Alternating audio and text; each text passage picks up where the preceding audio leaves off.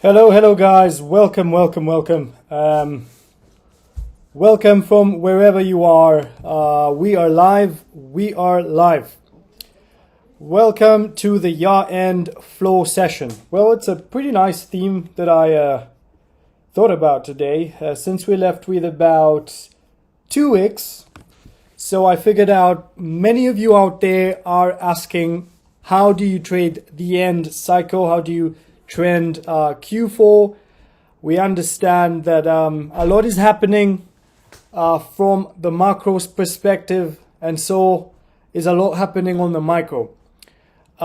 Trading is all about psychology. I've mentioned this multiple times. Many of you know that.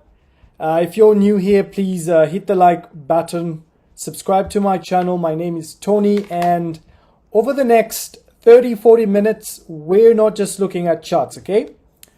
We're not looking at charts alone, but we're turning into the markets. We're tuning inside the internal clock of the market. Many of my streams have been based on fundamentals. You've been seeing me break down strategies on my channel. Technicals, I talk a lot about seasonal tendencies, sentimental analysis, and so forth. Fundamentals are taking a backseat today, and wherever you're tuning in from, welcome to the live session. What time is it? For starters, we have your time zone. Make sure you are aligned with the New York session. So it is 8:24 a.m. in New York, and that is where we sort of move around, right? Okay, so New York, as I've mentioned previously, I have multiple videos I've done on why timing is very important. And if you join my channel, you'll be able to see some of those articles that I've pinned in the messages. So besides that, we also have liquidity, positioning, and pure flow are today going to be our focus. We have a market calendar that matters more than its news feed. If you're just tuning in, once again, hit that bonus promo code to get 100% on your first deposit. We're having a big giveaway. It's close to 500,000 USD. You don't want to miss that. We have a lot of prizes out there, ranging from all kinds of devices, laptops, and funding. So go to the Telegram channel. Just click the link in the description. Follow the instructions. Terms and conditions apply. All right, guys. So now that we are past the timing, I want to look more into where we are now. So what is our trade right now? It's very simple. Today's 30-40 minutes is going to be more about an idea. The market is not rational. It's seasonal and very structural. If you look at most of his so-called candlesticks that retail like to use, you'll start to realize that we have a lot of structure going on. We have a lot of support, we have a lot of resistance, and it just never ends, right? If you're just new, you probably have a shallow understanding of how we interpret these, but as you practice, you start to realize that actually there is some kind of structure and there is an algorithm behind all this, right? Now that we are in AI era, it's even worse. We have different templates. We have a lot of games going on. So I like to call them games. It's very simple yet very hard. Here is our reality check from the data. If we're looking at the data this week, you could open any economic calendar out there. We had Canadian CPI coming out for Monday. We had those results. You could see the price impact, the pricing in, especially if you are a scalper, you could just check out your daily time frame and look at those big candles. All right, big candles. What you want to see is big candles. You like big candles. Now, you could add an indicator like the ATR, for example. It's a good indicator to understand how you're doing on a macro. You could see that the Canadian pair actually had some good movement. And this is all correlated to the CPI data, the median CPI, year to year, 2.8.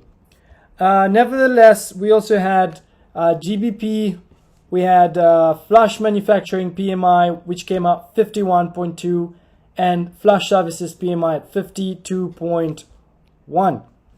Now, looking at GBP pairs, you could see that on the daily, we didn't have so much, though we had a lot of spikes.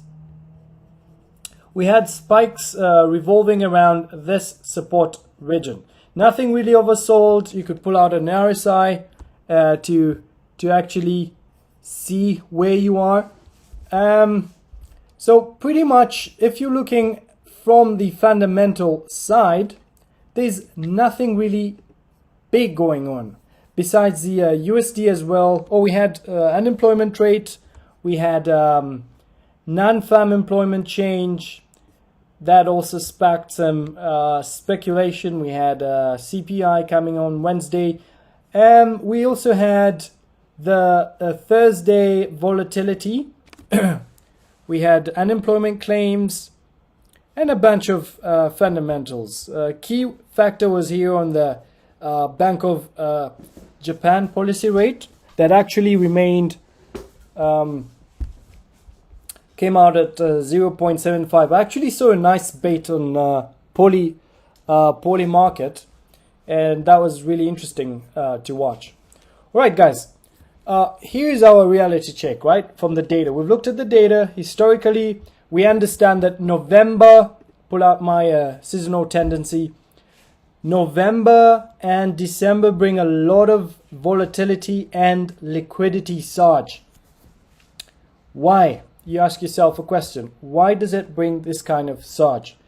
Well, the answer is very simple. It's not magic, it's mechanics. Institutions are usually squaring books. They are repatriating overseas cash. They're rebalancing portfolios before the year closes. Now, looking at 2 weeks to go, this creates a powerful recurring demand pulse for the US dollar. All right. Now, what you want to do is open up the USD chart here. All right. And what you want to look at is what is really going on here from the 20-year, the 15-year, the 10-year. Are they all in the same direction? And you could correlate this. You could look at the change in the December right here. So we have a very nice visual projection of a seasonal yearly tendency for the USD. and we could see that it's slowing down. Now, if you go to the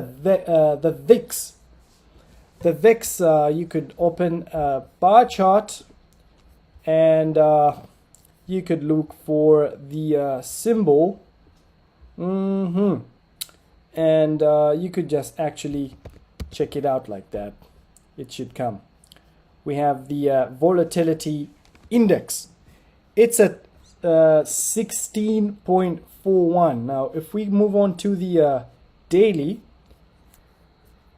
now the volatility index is a very nice tool as well to kind of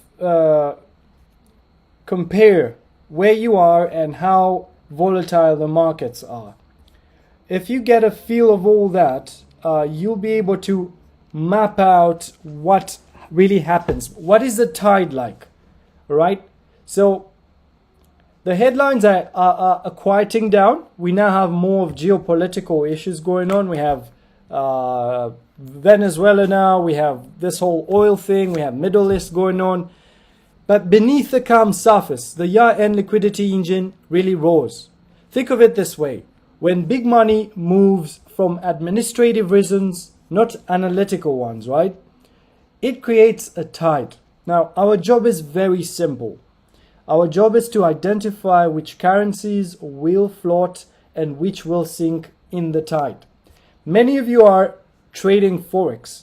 For those of you that are into DeFi projects and crypto projects, there's a simple tool here, the Bitcoin index, the volatility alt season index, and you could see that it's at 35. It's actually meandering in between 75 and 25. So this tells you a lot where the money actually is, or rather what is the money doing. Last Friday stream, we mentioned some of the developments coming out from central banks, regulatory laws in the pipeline, and we are positioning ourselves for some kind of black swan event. We do expect that, so you need to manage your risk. Now, having all this in your mind, in the background, our job is again to identify what currencies are affected and how to go about it. When you're building a roadmap, we're building it on seasonal energy. Now, currently the dollar's Q4 dance will map the historical USD strength and the pairs that feel it most, right? Liquidity and structure over news. For news, we've gone through where to find this news, which sites you could use. The easiest is a X handle to kind of get a scope of what is really going on. Some of these websites here, you could check them out.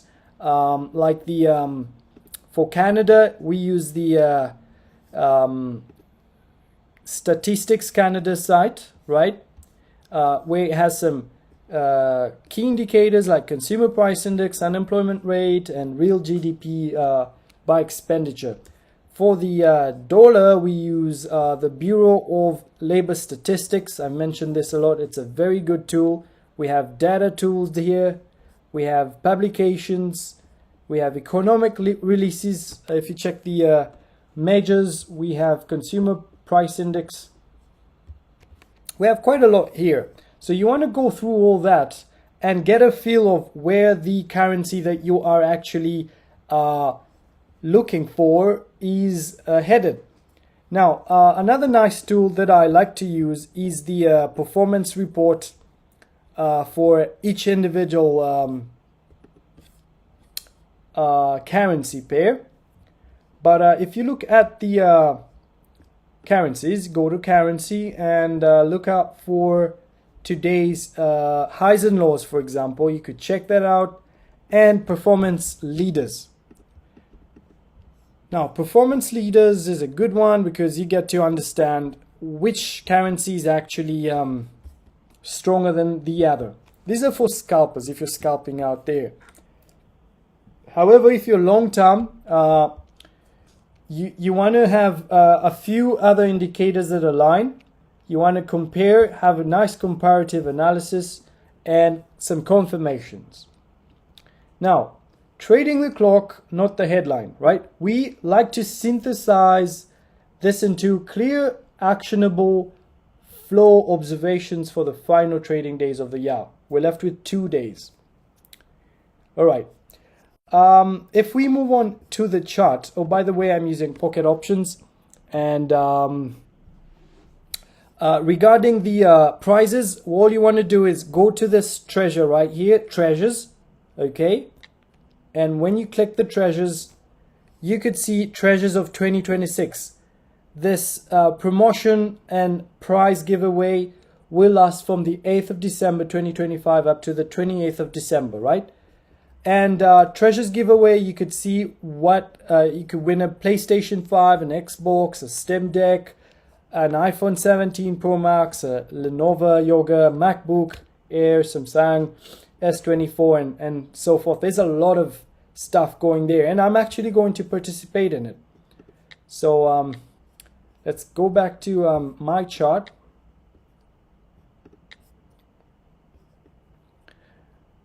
Okay, so we have seasonal performance charts, right? This is a seasonal performance chart that I like to compare, right? Now we are comparing US dollar and the any measure with a weaker currency. So if you've gone through bar chart and you realize that USD Japanese yen is the best performer today, okay? If you have the USD and Japanese yen, looking at what happened yesterday, we had, where is that? We had early morning Japanese yen. Yeah, it was today morning. Japanese yen, nothing really shifted when it came to the policy rate was 0.75. We've established the performance, and if we go to the Forex market map, okay, and we look for the Japanese yen, you could see that most of the pairs are down. All right, this indicates that USD Japanese yen is short-term bullish at the moment. And if you check that out, USD Japanese yen, it's doing the opposite, right? It's doing the opposite. And this is the irony that comes down to understanding which area you are. So sometimes you might place a buy, your confirmations are well, but your timing is wrong. Now, history gives us a powerful edge here.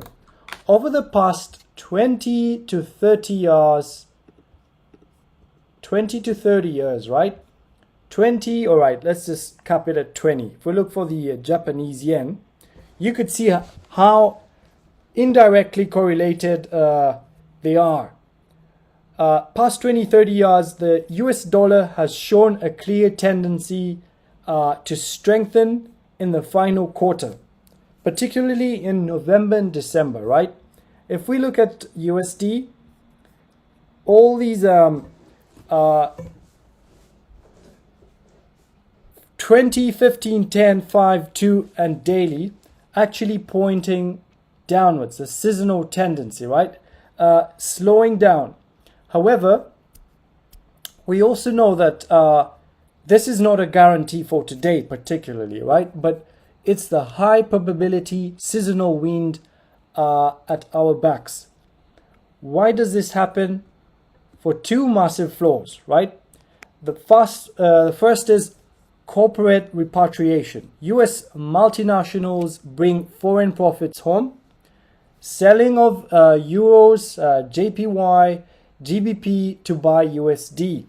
Now we also have about 230 billion euros locked up, and I think it's more or a little bit less, but there are rumors going around that it could be these frozen assets for Russia could either be sold or actually could be compensated. So these geopolitical issues actually influence some of your positioning. If you're like a mid-term or a swing trader looking for the next 3-6 months, you don't want to get caught off guard. So we have portfolio rebalancing as well. You have to understand that towards the end, fund managers globally tidy up their books, right? Often flocking to the dollar's liquidity as the year end anchor, right? And what does this do? This creates our primary flow basis for the session. Any session that you'd like to trade during the end or the last couple of days has to be based on the USD strength. Okay. Let's make this a little bit actionable now. Now that we've gone through a little breakdown, if I open the Australian dollar US dollar card chart, and I'm going to have this together with the USD JPY. As you could see, the Australian dollar often struggles. It often struggles because any seasonal tendency out there, if you look at the Australian dollar, you could see the uncorrelatedness, right? We have 10 going south, we have both 5 and 2 years going up. This deviation is enough to tell you that it's not flowing together, right? So we clearly can establish that Australian dollar during such times has a tendency, all right, to struggle towards the end of the year, while during the year, say from May all the way up until October, it's kind of pretty much together, right? We could say there's some kind of strength, but once we have this deviation, we could actually compare with the Australian dollar here, and you could also see that most of the pairs are in red. Now if you check the performance leaders, Australian dollar looking for it, Japanese yen, it was a higher performer based on probably a sell. Australian dollar, there you are. Australian US dollar is also red. Now, most of these visual tools are just mathematical calculations that simplify your understanding. All right, so it's a commodity currency, the Australian dollar, and as a global activity slows for these holidays, it loses a fundamental pillar. So we're watching for any breakdown below key support levels as confirmation that the year-end flow in play. So after mapping out your levels, all we'll have to do is to wait for any kind of breakouts, and that could be your trade. Now towards the end, I don't expect you to hold your pairs. We could have big exhaustions, we could have pullbacks, and that all could cause some really devastating P&L loss. If you're looking at the USD JPY, for instance, what can we say about this? This is the classic year end. It's risk off or safe haven pair, right? In times of uncertainty or institutional repositioning, money flows into the USD and out of the JPY. Okay? With the Fed's policy path a hot topic, not the deviation for JPY. Let's see. Not that deviation, guys. This looks simple, but the deeper you get into this, the more you practice, it starts to become music. It's like you playing a piano.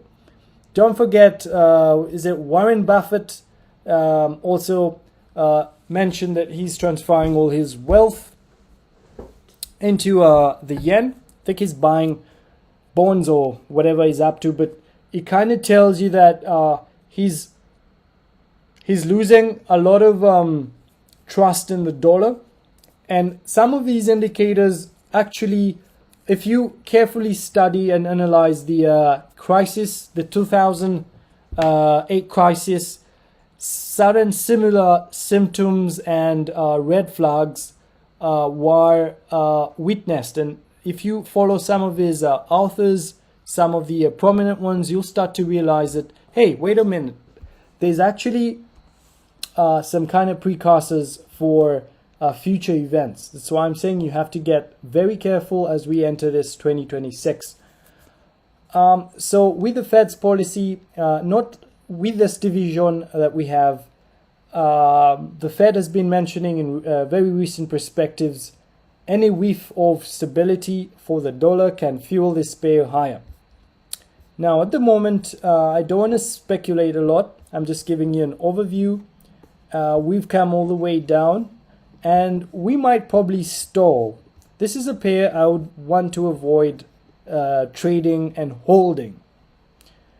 The critical point between, say, these two that we've identified, we're not just trading, say, Australian economics or, say, Japanese inflation. We're trading the structure needed for dollars before the calendar flips. So that is the simple flow. We have a seasonal tendency. We understand two pairs. We understand its relation in regard to the US dollar and the timing, and also the time frame that you're using and which asset instruments that you've identified. Now, if we add another layer, say liquidity, theme markets magnify these flows. So as we approach Christmas, particularly 25th, that is on Wednesday, this holiday participation drops. That means when these institutional orders hit, all right, when institutional orders hit, the moves can be sharper, they can be faster than fundamentals would justify. So this is where risk management is non-negotiable, guys. I have a full martingale spreadsheet for you here.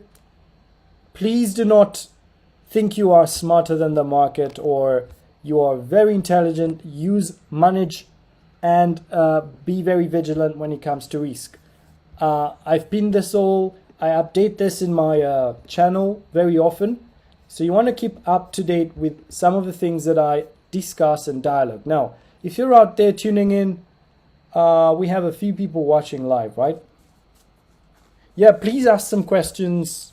I like to answer questions. We have Tropia Veroy. Yeah, we've had a couple of people tuning in, joining us, but I'm more concentrated on building a community where we could discuss, we could chill, we could debate. Many of you are coming in with your kind of perspectives on the market. You know, it's a learning curve that everybody needs to be present daily. You need to polish yourself, polish your skills, understand that the ultimate goal here is financial freedom. Doesn't matter how you get there, but if you have a strategy that's working for you, you have proof, you've done your work, you've done a lot of studying, you understand, we could always share ideas. So I welcome new people into this community. Ask questions, very important. If you're a newbie, I have tons of courses for you. Just get into the chart and look at the pinned messages. Privately DM me. There's a pro group for the more advanced people that want to get into deeper into the market. I do a lot of programming as well. We could do some strategies if you're into automation, quantitative research, and so forth. Now, we are around Christmas. That means institutional orders hit. The moves can be very sharp. We've mentioned that. So we have a candle 3.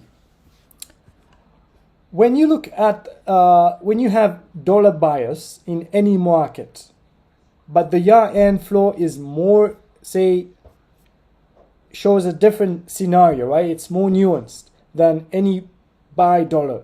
we have to talk about the holiday effect. We have a holiday effect from mid-December, all right? Dollar effect. We have from mid-December onward. So trading desks empty out, liquidity evaporates, you have to pay bonuses, you have to pay workers, and this is a double-edged sword. On one hand, it can lead to some kind of erratic, whippy, and just weird price action for those of you that do a lot of technicals. And that stops out the unprepared. On the other hand, it means that when a directional flow does emerge, all right, it means that when a directional flow does merge, there's kind of less opposing volume to stop it. The move can become very self-fulfilling. So imagine people pulling out of positions, right? Liquidating their positions to go buy their families some gifts, to go on vacations and so forth. If you're very well positioned, you could hold on to that position and simply play around with your take profit, all right? You could move, adjust your stop losses into that direction and simply let it move, all right? Because you want a pair that actually has a lot of, let's look at gold, euro. All right. Yeah, you could just set and forget. As simple as that. And this could be very good. Now, this is where our flow reading skills are very critical. We need to distinguish between noise, which is random spikes, okay?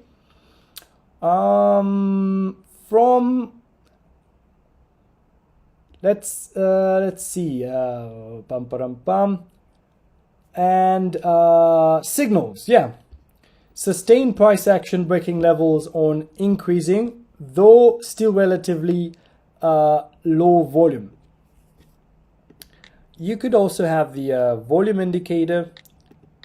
Now, regarding volume, please, whenever you're checking out volume, you want to see, you want to look at open interest.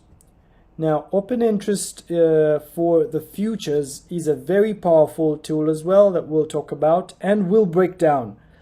It is somewhere here. I just need to look for it. Let us see. We had a futures market.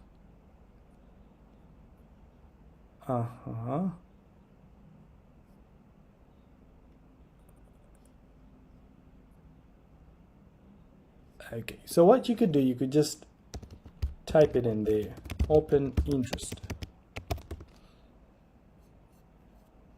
Okay. Forex market overview. You could check out the crypto market overview, have a glimpse at market capitalizations, and you could track that. There are some indexes as well for that. You want to look at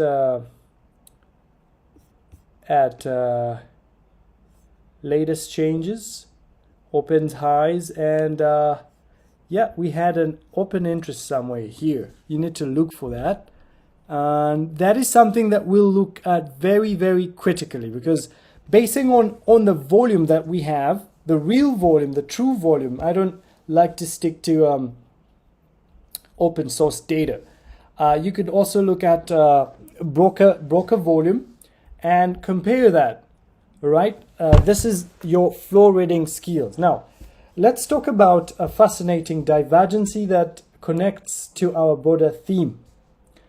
I want to quickly touch on the crypto seasonal signal, right? Sentimental barometer. You could use any out there, even the one that I just opened here. Let's see. Crypto market overview, right? So according to data, September is historically the worst month for crypto, but it's a strong close to September, and like we saw in 2025, if you do recall, we did see a lot of action around the time, and positive momentum into November and December. Furthermore, the analysis of Bitcoin shows a strong historical correlation for a bullish bias from October through the year end. And this is different this year. This is very different because a lot has changed, and we've seen Bitcoin actually falling. Now, looks like the crypto market is resonates around Bitcoin. Why does this matter for Forex? Why do I talk about crypto yet we are trading Forex? It's because, especially Bitcoin. Well, Bitcoin often acts as a leading indicator for global risk appetite, right? If the digital gold, like they call it, this whole narrative that you've been hearing, if it's holding and seasonally pushing it higher and higher, it tells us that some risk capital is still active. Now, this tempers an extreme risk of gold. Sorry, US bullish. We're very concentrated on the USD. If the USD bullish view, and it makes more interested in pairs like USD, JPY, fund flows, than aggressively shooting sometimes like the Euro USD. The Euro USD. That is giving us an indicator of a range bound. So what I'm trying to say in a few words is, if you could correlate Bitcoin, you also look at the Japanese yen and what gold is doing. And you can have a correlation of all those three instruments from the seasonal perspective. Okay, we have Forex here. You can check out each pair. Okay, you can see the divergences. If we go to metals, gold is also kind of not really diverged as a lot, you know. It's far away, but, you know, kind of heading in the same direction.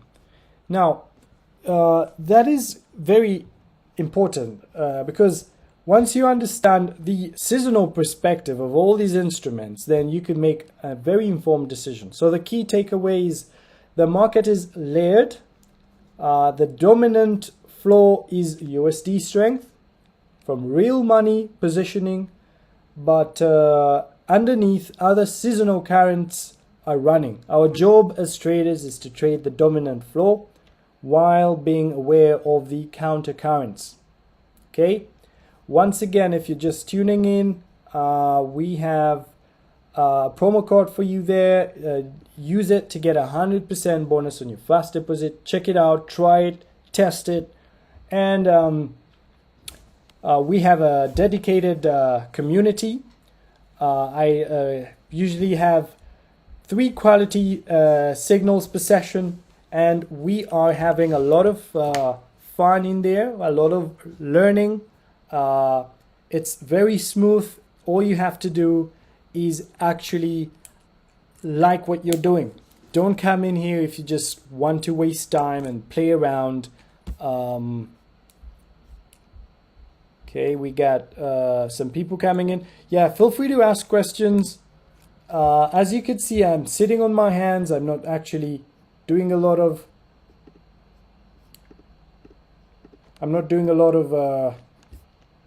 what's it called, trading today. So this is very important. We could go all over each individual pair like the USD JPY, the Australian USD or GBP USD, but for purposes of just learning, we have a filter and we check all this.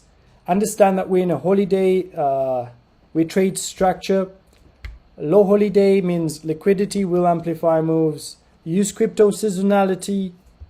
understand how Bitcoin historically works. And around this time of the year, where we have patience and precision paying off, right? Don't force any trades. See, I'm not touching anything. I'm waiting for the New York session. Probably have 1 or 2 trades. Wait for the market to show up its hand through price action that will align with seasonal currents, and then you can take your trade. Thank you for being part of this deep dive. If you want, please hit the like button, join us, get notified. Every Friday we have a live stream. We'll be looking at deeper analysis, technicals, fundamentals, sentimentals, seasonality, tendencies. We're all over the place, and we're focused on making money and profitability. So see you guys in the next session. I'll be jumping now and tuning into my community. Stay safe out there, and let's make money.